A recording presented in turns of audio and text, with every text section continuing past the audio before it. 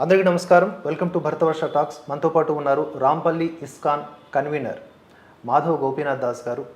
ఇవాళ మనం మాట్లాడబోయే అంశం ఏంటంటే, ఈ మధ్యనే తమిళనాడు ముఖ్యమంత్రి తనయుడైనటువంటి ఉదయనిధి స్టాలిన్ ఉరఫ్ జూనియర్ స్టాలిన్ ఇతగాడు చేసినటువంటి కూతలు ఏ విధంగా దేశవ్యాప్తంగా చర్చనీయాంశమయ్యాయి.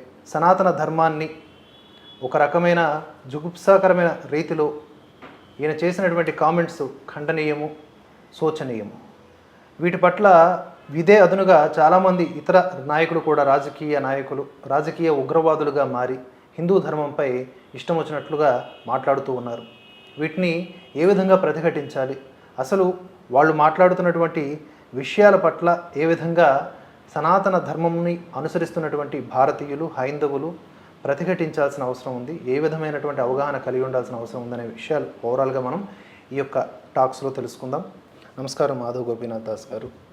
మొదటి ప్రశ్న, సనాతన ధర్మాన్ని ఈ విధంగా ఉదయనిధి స్టాలిన్ చేసినటువంటి ఈ కించపరిచే వ్యాఖ్యల్ని ఏ విధంగా చూడాలి, మీరు ఏ విధంగా చూస్తున్నారు? ఉదయనిధి స్టాలిన్ గారు సనాతన ధర్మం ఒక అంటువ్యాధి లాంటిది, సనాతన ధర్మాన్ని సమూలంగా నిర్మూలించాలి అని ప్రకటించారు ఒక సదస్సులో. దీనిని మేము తీవ్రంగా ఖండిస్తున్నాము.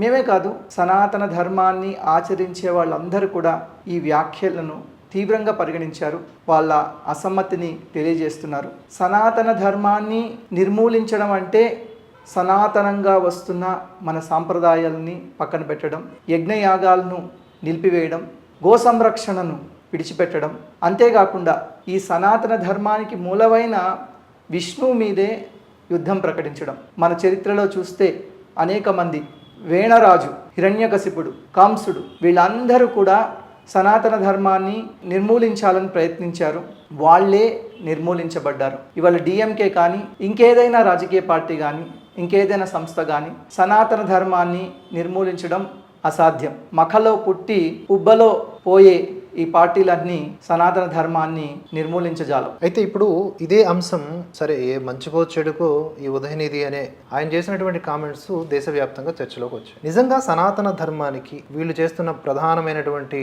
విమర్శలో కులాల ద్వారా విభజనలు చేపట్టి మనుషుల్ని విడదీసేటటువంటి ఇటువంటి సనాతన ధర్మాన్ని మనం నిర్మూలించాల్సిందే అని పదే చెప్తూ వస్తున్నారు. నిజంగా సనాతన ధర్మానికి కులానికి ఉన్నటువంటి లింక్ ఏంటి? లింక్ ఉందా అసలు? భగవంతుడు, దేవాది దేవుడు శ్రీకృష్ణుడు భగవద్గీతలో ఇలా చెప్పారు, చాతుర్వర్ణం మయా సృష్టం, ఈ 4 వర్ణాలు నేనే సృష్టించాను.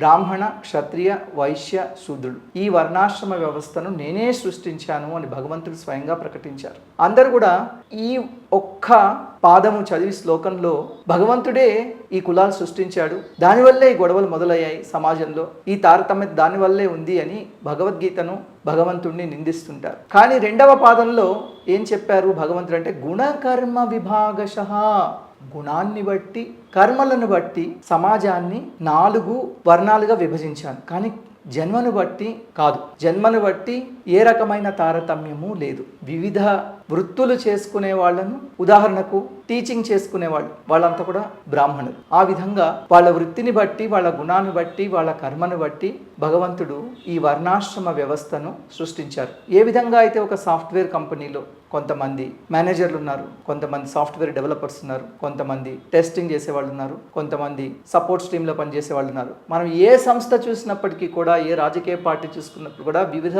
ఆ పార్టీలో కానీ, ఆ సంస్థలో కానీ వివిధ సేవలు చేసే వాళ్ళు అనేక మంది ఉంటారు. అంతే, అందరూ సమానమే. అందరూ కూడా భగవంతుడి యొక్క, కృష్ణుడు ఇంకొక చోట భగవద్గీతలో చెప్పారు, మమైవాంశో జీవలోకే జీవభూత సనాతనః, అన్ని జీవములు కూడా నా యొక్క అంశాంశలే అని. తారతమ్యం అనేది ఆధ్యాత్మిక స్థాయిలో చూస్తే తారతమ్యం లేదు.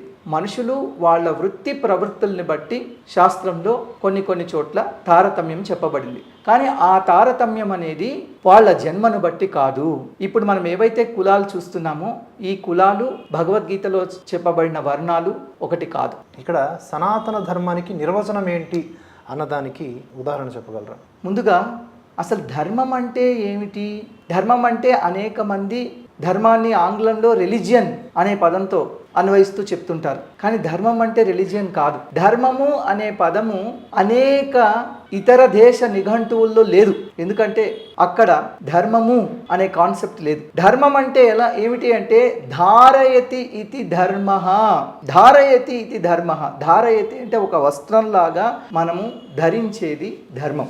ఎప్పుడైతే మనం ధర్మాన్ని పక్కన పెట్టామో అప్పుడు మనం బట్టలు వేసుకోకుండా పిచ్చివాళ్ళలాగా తిరుగుతున్నట్టు. ధర్మం అంటే ఎల్లప్పుడూ కూడా ధరించవలసినది అని అర్థం. విభీషణుడు రాక్షసుడైనప్పటికీ కూడా, రాక్షస కులంలో పుట్టినప్పటికీ కూడా ఆయన తపస్సు చేసి బ్రహ్మదేవుడిని ఒక వరం కోరుకున్నాడు. ఆ వరం ఏమిటంటే నాకు ఎంత ఆపద కాలం వచ్చినా కూడా నేను ధర్మాన్ని ఎప్పటికీ విడిచిపెట్టకుండా నాకు వరం ఇవ్వు అన్నాడు. చివరికి చూడండి, సీతను రాముడికి అప్పజెప్పి లంకను కాపాడమని రావణుడికి విజ్ఞప్తి చేశాడు. అలా చేయడం వల్ల రాముడికి కోపం వచ్చింది. విభీషణుడు తన ఇంటిని, పదవిని, ఉద్యోగాన్ని, ఆస్తిపాస్తుల్ని అన్ని పోగొట్టుకొని వెళ్ళవలసి వచ్చింది. అంత ఆపద సమయం వచ్చినా కూడా ధర్మం విడిచిపెట్టలేదు.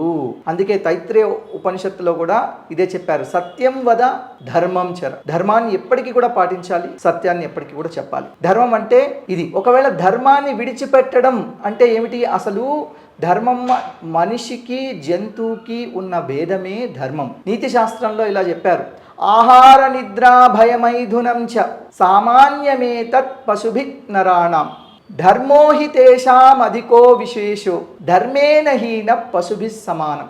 ఆహారము, నిద్ర, భయము, మైథున సుఖము ఇవన్నీ జంతువులకి ఉన్నాయి, మానవులకి ఉన్నాయి. కానీ జంతువులకి మానవులకి తేడా ఏమిటంటే ఈ ధర్మం. ఎవరైతే ధర్మాన్ని విడిచిపెట్టారో వాళ్ళు జంతువుతో సమానమని మన నీతి శాస్త్రం చెప్తోంది. ఇప్పుడు ధర్మం గురించి చెప్పుకున్నాం. ఇక సనాతన ధర్మం అంటే ఏమిటి?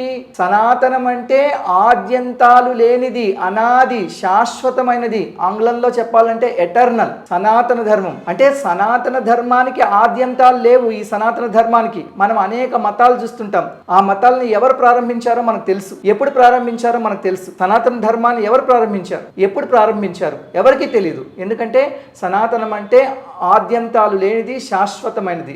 ఇటువంటి సనాతన ధర్మాన్ని శిలా ప్రభుపాదుల వారు చక్కగా తన గీతా భాష్యంలో మాకు మొట్టమొదటి పాఠం భగవద్గీతలో చెప్పినప్పుడు పరమాచార్యులు శిలా ప్రభుపాదుల వారు, భక్తివేదాంత స్వామి ప్రభుపాదుల వారు తన భగవద్గీత భాష్యంలో సనాతన ధర్మాన్ని ఇలా నిర్వచించారు. సనాతనం అంటే శాశ్వతమైనది, దానిని ఎవ్వరు కూడా నిర్మూలించలేరు. ఎవరైతే సనాతన ధర్మాన్ని నిర్మూలించాలని ప్రయత్నిస్తారో వారు మాత్రమే నిర్మూలించబడతారు అని చెప్పారు. కాబట్టి సనాతన ధర్మం అంటే శాశ్వతమైన ధర్మము.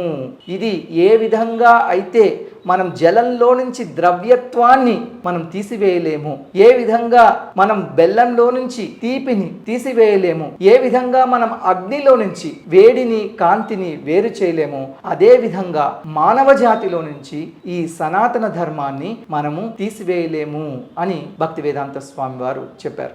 ఆర్య ద్రవిడ సిద్ధాంతం ఎలాగో ఉదయనిధి స్టాలిన్ వాళ్ళు మాట్లాడేది కూడా ఈ ద్రవిడవాదం పేరిటే కదా. పెరియార్ వాదము, ద్రవిడవాదము ఇలా చెప్పుకుంటూ ఉంటారు. లేదంటే అంబేద్కర్ గారిని తీసుకొచ్చి ఆయన పేరు మీద కూడా వీళ్ళ యొక్క పైత్యాన్ని వెదజల్లుతూ ఉంటారు. ఈ ఆర్య ద్రవిడ సిద్ధాంతం మీద ఇప్పటికీ భిన్నవాదనలు ఉన్నాయి. అది ఒక చచ్చువాదన, అందులో సత్యమే లేదని చెప్పి సాక్షాత్తు అంబేద్కర్ గారే ఆయన రచించిన పుస్తకాల్లో చెప్పారు, ప్రసంగాల్లో చెప్పుకుంటూ వచ్చారు. కానీ ఇప్పటికీ ఆర్య ద్రవిడ సిద్ధాంతం అనేది నిజమని నమ్మే వాళ్ళకి మీరు ఏ విధమైనటువంటి సమాధానం చెప్తారు? మనము పౌరాణికంగా చూసిన, చారిత్రాత్మకంగా చూసిన, సిద్ధాంతపరంగా చూసిన, సైన్స్ ప్రకారంగా చూసిన ఈ ఆర్య ద్రావిడ సిద్ధాంతం అనేది పూర్తిగా నిరసించబడింది. ఎందుకంటే ఇది వాస్తవం కాదు, ఇది అవాస్తవము.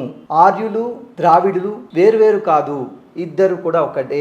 ద్రావిడ భాష కూడా సంస్కృత భాష నుంచే వచ్చింది. ద్రావిడ వాంగ్మయం మనం చూస్తే ఆళ్వారులు రచించిన గ్రంథాలన్నిట్లో కూడా, ఉదాహరణకు తిరుప్పావై, ఆండాల్ ఆమె రచించారు. 12 మంది ఆళ్వారుల్లో ఆండాల్ ఒకళ్ళు, గోదాదేవి అని మనం పిలుచుకుంటాం తెలుగులో. ఆ తిరుప్పావై మొత్తము కూడా భాగవతంలో కృష్ణుడు చేసిన లీలలను ఆవిడ తమిళంలో రాశారు. కాబట్టి ద్రావిడ భాషకు, సంస్కృత భాషకు, ద్రావిడ వాంగ్మయానికి, వేద వాంగ్మయానికి, ద్రావిడ సిద్ధాంతానికి, వైదిక సిద్ధాంతానికి భేదమేమీ లేదు.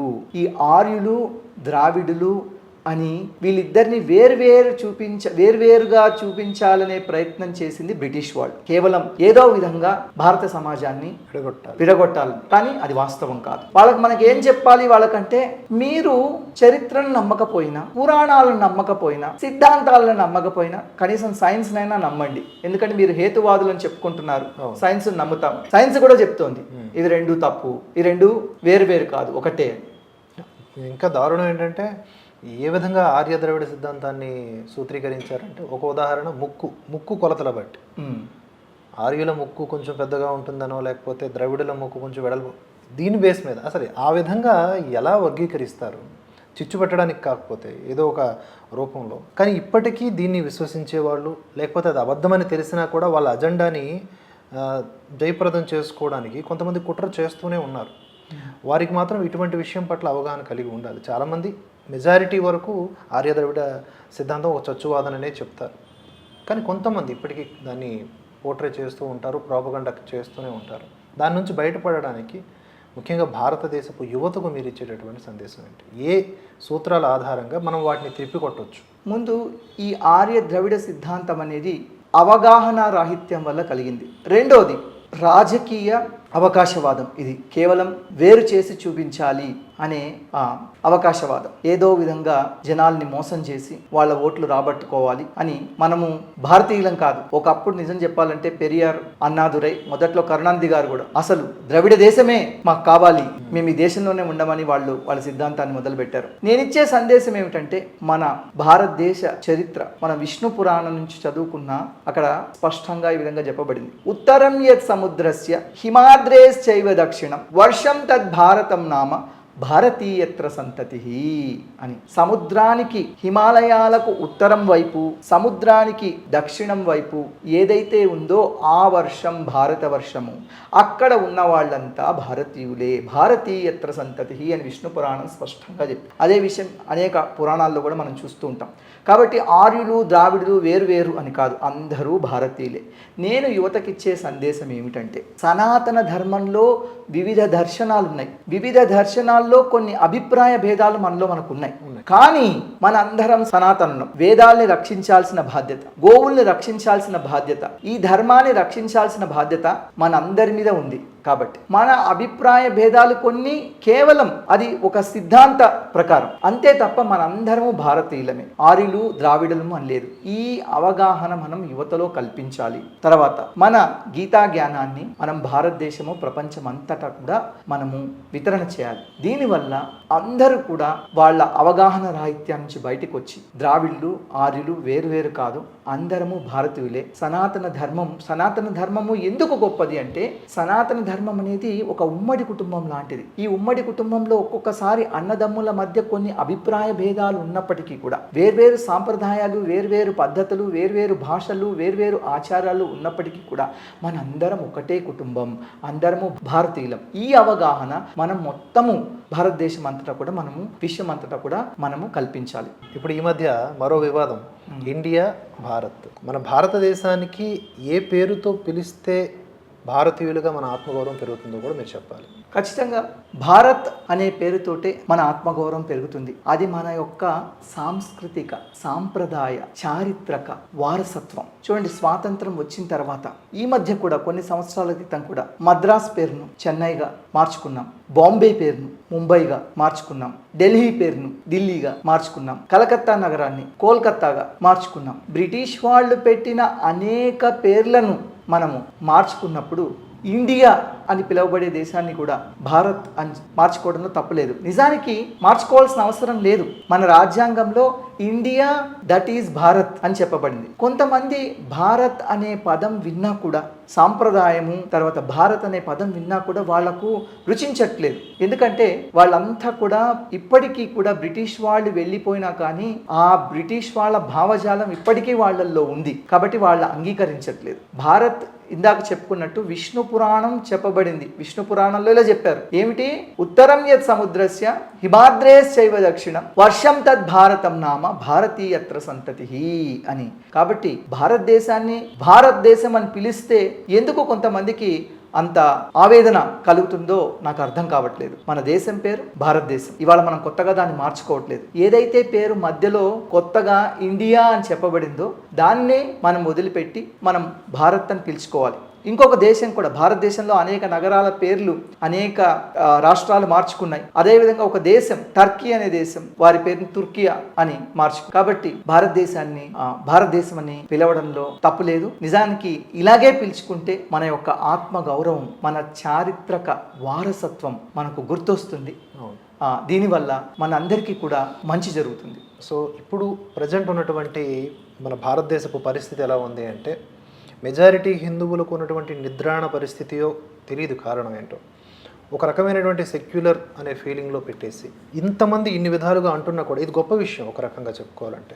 వేరే ఇతర ఏ మతాల్ని కూడా ఒక్క మాట అన్నా కూడా పెద్ద రాద్ధాంతము, హింస, ఎన్నో బస్సులు తగలబడిపోతాయి, ఇళ్ళు తగలబడిపోతాయి. కానీ ఇంత రకంగా దూషణ చేస్తున్నప్పటికీ కూడా ఎక్కడ కూడా హిందువుల సంయమనం కోల్పోవడం లేదు. ఇటువంటి పరిస్థితుల్లో మనం ఎటువంటి సమాచారం అంటే మెసేజ్ ఇవ్వాల్సిన అవసరం ఉంది, ఈ దాడుల్ని ఏ విధంగా పోర్ట్రే చేయాల్సిన అవసరం ఉంది. ఇది మితిమీరుతూ పోతే భారతదేశం ఎటు వెళ్ళిపోయే అవకాశం ఉంది. దీన్ని ఎక్కడో ఒక చోట ఆపాలి అంటే నేను అనుకుంటుంది ఏంటంటే, లీగల్గా అంటే ఇప్పుడు మనం రాజ్యాంగం అధీనంలో రాజ్యాంగాన్ని అనుసరిస్తూ ఉన్న వాళ్ళం మనం అందరం. కాబట్టి రాజ్యాంగబద్ధంగా కేంద్రం కూడా ఇటువంటి యాక్షన్స్ తీసుకోవట్లేదు, చట్టపరంగా ఎందుకు తీసుకోవట్లేదు అన్నదానికి మీ దగ్గర ఏమన్నా? మన సమాజంలో పెరుగుతున్న ఈ విద్వేష భావనలను నిర్మూలించాల్సిన అవసరం ఉంది. సెక్యులర్ అని మనం చెప్పుకుంటున్నాం. చూడండి, మన పండగలు అనేక భారతదేశంలో అనేక కంపెనీల్లో మనము కంపెనీ లోపల ఏ పండగను కూడా మనం జరుపుకోలేం. ఎందుకంటే పండగ జరుపుకుంటే ఇది ఒక రిలీజియన్, ఇది సెక్యులర్ కాదు అంటారు. అలాగే వాళ్ళు వచ్చి ఏ రకమైన పండుగలు జరుపుతుంటారు చూడండి, Mother's Day, Father's Day, Valentine's Day, జనవరి 1 ఇవన్నీ. కానీ మనము మదర్స్ డే జరుపుకోవాల్సిన అవసరం లేదు, మాతృదేవో భవ. ఫాదర్స్ డే జరుపుకోవాల్సిన అవసరం లేదు, పితృదేవో భవ. తల్లిదండ్రుల్ని ప్రతిరోజు కూడా పూజించాలి అనే సంప్రదాయం మనది. తర్వాత మన పండగలన్నిటినీ కూడా మనము రాజకీయ దృక్కోణంలో చూడకూడదు, మత దృక్కోణంలో చూడకూడదు. ఈ అవగాహన మనం చిన్న పిల్లల నుంచి మనము స్కూల్స్లో మనం నేర్పించాలి. ఈ నూతన విద్యా విధానం ఇప్పుడు ఏదైతే వస్తుందో దాంట్లో మనము మన భారతీయ సంస్కృతి, ఆ తర్వాత వేద వాంగ్మయాన్ని పిల్లలకు అనేక భాషల్లో పరిచయం చేయాల్సిన అవసరం ఉంది. ఎప్పుడైతే మనము ఆ విధంగా మనం పిల్లల్లో చైతన్యం కల్పించి విద్యా వ్యవస్థలో ఒక మార్పు మనం తీసుకురాగలిగితే అప్పుడు సమాజంలో హింస, సమాజంలో సమస్యలు తగ్గుముఖం పడతాయి. కేంద్రం కూడా రాజ్యాంగబద్ధంగా వ్యవహరించాల్సి ఉంది. అలాగే సుప్రీంకోర్టు కూడా వాళ్ళ అధికారాన్ని ఉపయోగించుకొని ఇటువంటి వాటిల్ని ప్రతిఘటించాలి. ఏవైతే ఇలా సనాతన ధర్మాన్ని గురించి మాట్లాడుతున్నారో చూడండి, ఒక నూపూర్ శర్మ గారు ఆవిడ మాట్లాడిన మాటలతోటి సుప్రీంకోర్టు వారికి చాలా ఆవేదన కలిగింది, ఆవిడ మీద మండిపడ్డారు. కానీ అదే ఈ సనాతన ధర్మాన్ని నిర్మూలించాలి అని ఈ ఉదయనిధి స్టాలిన్ గారు సనాతన ధర్మం అసలు అంటువ్యాధి లాంటిది, దీన్ని నిర్మూలించాలి అని ఆయన చెప్తే సుప్రీంకోర్టు ప్రధాన న్యాయమూర్తి కానీ ఇతర న్యాయమూర్తులు కానీ దీని గురించి ఏమీ మాట్లాడట్లేదు. ఇది మాకు కొంచెం బాధ కలిగించే విషయం. అందరినీ సమాజం సమానత్వం ఉన్నప్పుడు అన్ని ధర్మాలను సమానంగా ఆదరించాలి. ఏ ధర్మానికి అవమానం జరిగినా దాన్ని ప్రతిఘటించాలి. సరైన అధికారాన్ని ఉపయోగించుకొని సరైన జవాబు చెప్పాలి. మన కేంద్ర ప్రభుత్వము, అలాగే సుప్రీంకోర్టు, అలాగే భారతదేశంలో ఉన్న వివిధ సంస్థల పెద్దలందరూ కూడా ఈ విషయంలో వారి ప్రతిస్పందన తెలియజేయాల్సిన అవసరం ఉంది. Thank you so much. మీ సమయాన్ని వెచ్చించి విలువైన సమాచారం మా వ్యూవర్స్కి అందించినందుకు మీ అందరికీ కూడా థ్యాంక్స్ ఫర్ వాచింగ్. జై హింద్.